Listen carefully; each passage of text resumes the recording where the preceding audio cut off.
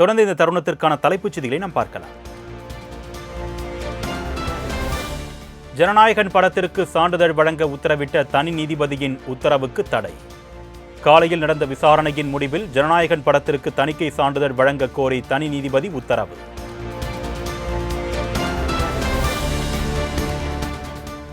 ஜனநாயகன் விவகாரத்தில் படக்குழுவினரை கேள்விகளால் விளாசிய தலைமை நீதிபதி.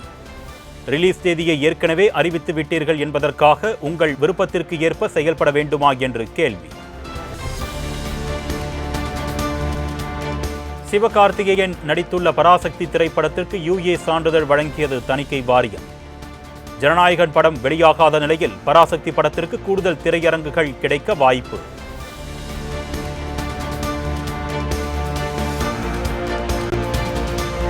சிவகார்த்திகேயன் நடிப்பில் உருவான பராசக்தி படம் நாளை வெளியாகும் நிலையில் 25 இடங்களில் கட் வைத்த தணிக்கை குழு.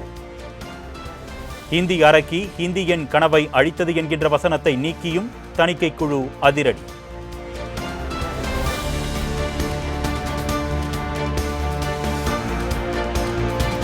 திருவள்ளூரில் உங்க கனவை சொல்லுங்க என்னும் புதிய திட்டத்தை தொடங்கி வைத்தார் முதலமைச்சர் மு.க. ஸ்டாலின்.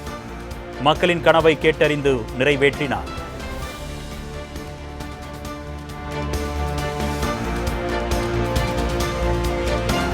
தமிழ்நாடு அரசின் திட்டங்களுக்கு முட்டுக்கட்டை போடுவதே ஆளுநரின் முதல் வேலை. முதலமைச்சர் மு.க. ஸ்டாலின் குற்றச்சாட்டு. ஒன்றிய அரசுக்கும் பாலமா இருக்க வேண்டிய கவர்னர், ஆளுநர் என்கிற அந்த பொறுப்பில் இருக்கக்கூடியவர் என்ன பண்றாருன்னா உங்களுக்கே தெரியும். உங்களுடைய எண்ணங்களை பிரதிபலித்து சட்டமன்றத்தில் நாம் நிறைவேற்றக்கூடிய சட்டங்களுக்கு முட்டைக்கடை போடுறத தன்னுடைய முதல் வேலைன்னு ஆளுநர் செயல்படுறார்.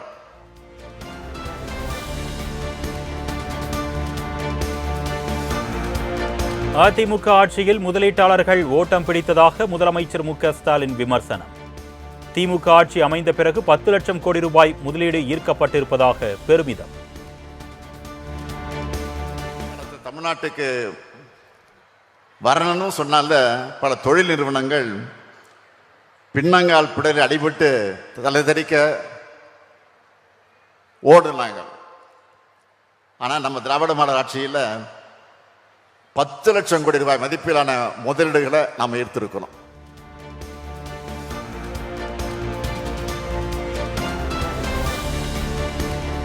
அதிமுக பொதுச் செயலாளர் எடப்பாடி பழனிசாமியுடன் பாஜக மாநில தலைவர் நயினார் நாகேந்திரன் சந்திப்பு.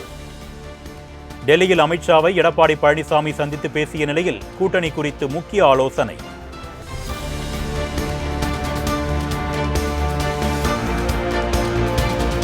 அதிமுக கூட்டணியில் பாஜகவுக்கு 56 தொகுதிகள் ஒதுக்கீடு என்பது வதந்தி. காரைக்குடியில் பாஜக மூத்த தலைவர் H. ராஜா விளக்கம்.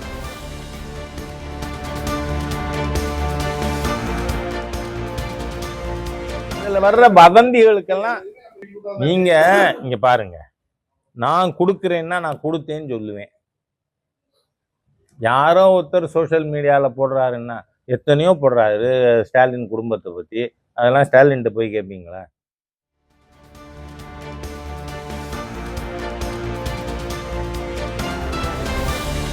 டெல்லியில் அமித்ஷாவுடனான சந்திப்பில் கூட்டணியில் இணைய டிடிவி தினகரன் சம்மதம். அமமுகவிற்கு 10 தொகுதிகளை வழங்க வேண்டும் என்று அமித்ஷாவிடம் டிடிவி தினகரன் கோரிக்கை.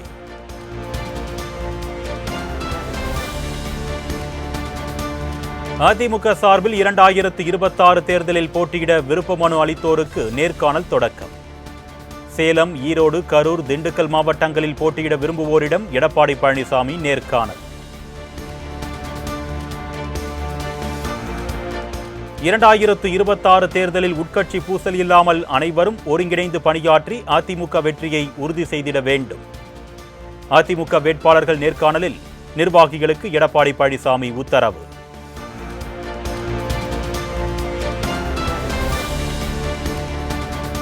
தவேகாவில் தேர்தல் அறிக்கை தயாரிக்க அருண்ராஜ், சம்பத்குமார் உள்ளிட்ட 12 பேர் கொண்ட குழு அமைப்பு. தமிழக வெற்றி கழக தலைவர் விஜய் அறிவிப்பு.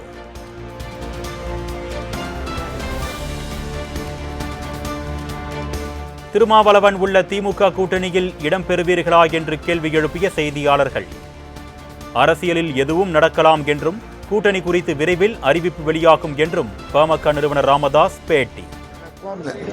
என்ன வேணாலும் நடக்கும்.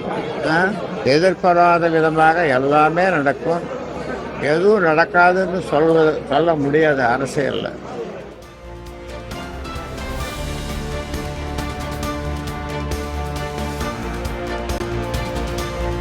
கூட்டணி குறித்து பொதுவெளியில் பேச வேண்டாம் என்று காங்கிரஸ் கட்சியினருக்கு செல்வ பெருந்தகை அறிவுரை. இந்தியா கூட்டணியை பலவீனப்படுத்தும் முயற்சியை அனுமதிக்க கூடாது என்றும் அறிக்கை.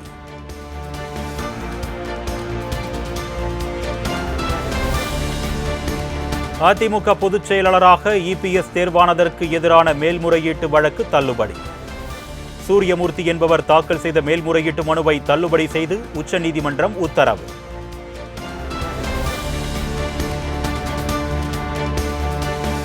கரூரில் நடைபெற்ற விஜய் பரப்புரையில் கூட்ட நெரிசலில் சிக்கி 41 பேர் உயிரிழந்த விவகாரம். வேலுச்சாமிபுரத்தில் மத்திய தடயவியல் துறை அதிகாரிகள் சாலையை அளவீடு செய்து ஆய்வு.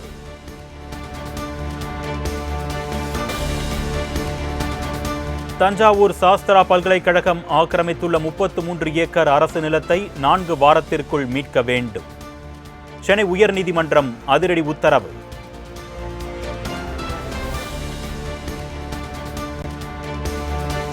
கடலூர், மயிலாடுதுறை, நாகை, திருவாரூர் ஆகிய 4 மாவட்டங்களில் நாளை மிக கனமழைக்கு வாய்ப்பு.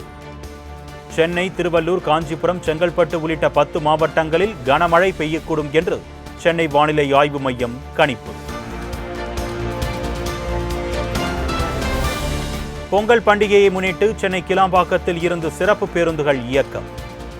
முன்பதிவு மையம் தொடக்கம். நடைமேடை பேருந்துகளை கேட்டறிய உதவி மையங்களும் அமைப்பு.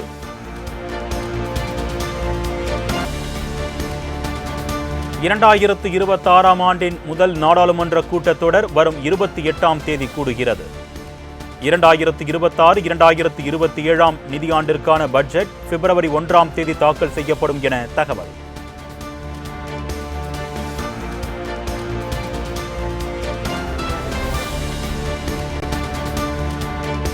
மலேசிய ஓபன் பேட்மிண்டன் தொடரில் அரையிறுதிக்கு முன்னேறிய PV சிந்து. ஜப்பான் வீராங்கனையை 21-11 என்ற செட் கணக்கில் வீழ்த்தி அசத்தல்.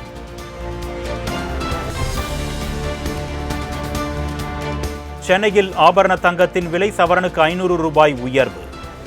ஒரு சவரன் 1,02,400 ரூபாய்க்கு விற்பனை.